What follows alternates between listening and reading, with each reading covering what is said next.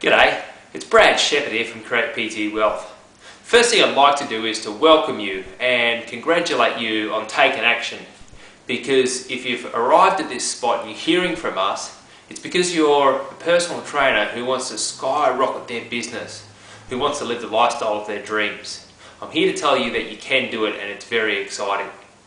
Now, you'll be hearing from us. We'll be sending you pieces of information about how we work and how we operate, and some tips and strategies that can really change your business. So stay tuned. Now, most of them are fairly short. You'll probably find some of them are about 5-10 minutes in length. However, you'll find that there's some critical pieces of information in that short period in time. So my advice is to keep listening, extract as much information as you can, and be sure to tune in at the end, because there's going to be a couple of things that we want to tell you about the way that we work and the way we can certainly help you grow your business. So go ahead, watch it. Look forward to speaking about you. This particular one's all about the difference between owning a job versus owning a business. My name's Brad Shepherd. Look forward to meeting you, and can't wait for it. Bye-bye. Alright, so let's kick off. The first part of it I'm going to move through pretty quickly, because some of you will have been exposed to this before and understanding it. I'm going to talk to you a little bit about owning a job versus owning a business, alright? So the test for you is, the question I got for you is, what would happen if you stood up and left your business today for 1 month?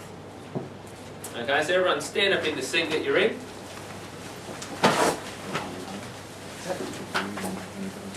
So if you were to take off for 1 month's vacation right now, what I would like to do is remain standing.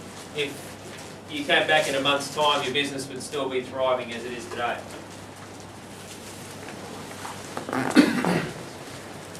Round of applause. So really what we're saying is that for all of us, a month can be a pretty crucial time.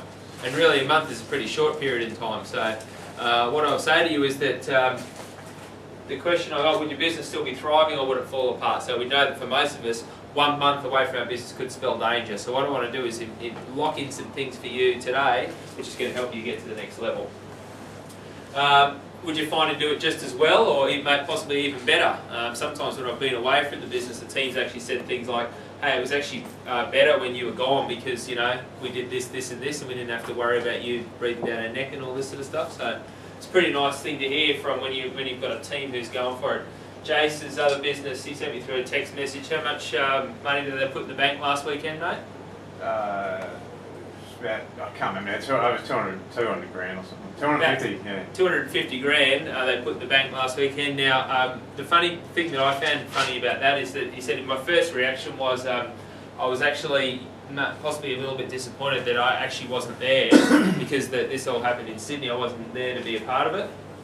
And then he said, and then the next feeling that came over me was I was pretty happy that I make a passive income and I can stay at home and the business can put that money in the bank. So, pretty cool place to be, eh?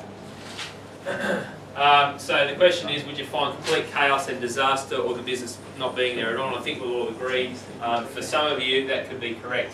This statement may hurt, so if you're like most PTs, then you'll know that really you don't actually have a business at all, you've just got a job.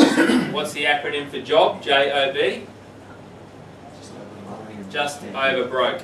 Okay, so if you find yourself in that position, this morning's session might be a little bit confronting, a little bit hurtful. I don't apologise for that, but what we're going to do is put in some strategy to get you to the next level. I borrow heavily from Rob Kiyosaki's Dad, Rich Dad, Poor Dad. Put your hand up if you've read that book.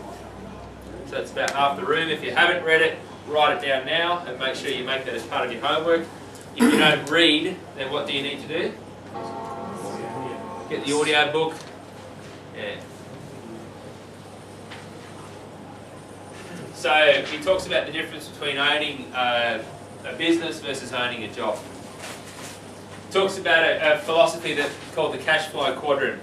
And what it says is that on the first level, and on the left-hand side of the box, is that most people start out as employees. Now, there's a bunch of people in this room who have been an employee and have moved into what we call self-employed. So the goal is for you to move into the position of being a business owner, where you can leave your business or your business generates passive income. What's the definition of passive income, Sue? You don't have to be there for it to occur. So Matt Cooper's about to make $1,200. He probably will turn up, I would imagine. Oh yeah, I'll be there. You'll be there, but you probably don't have to. If you weren't there, it would still be able to run, wouldn't it? Yeah. Yeah. Do you think it's possible for him to set that up time and time again for that to occur? Yeah. How many sessions will be conducted at InSync today, Janine, roughly? 3. 3 sessions? Oh, sorry. I was For the thinking, rest of the crew? Oh, no. Sorry, I was thinking group fitness session. Oh, Yeah. probably about 8. 8 or so, yep. And so we've got a margin there of around about $25–30 a session. 3 8 to 24 passive income while you're not there, hey? So what happens is most of us start off as employees. We start off with a job. We get frustrated because we're working for some idiot who we've got our ideas and aspirations of making a go of it somewhere else. So what happens is we go off and start a business. We print up business cards, we open up a studio, we get signage, we do all this sort of stuff.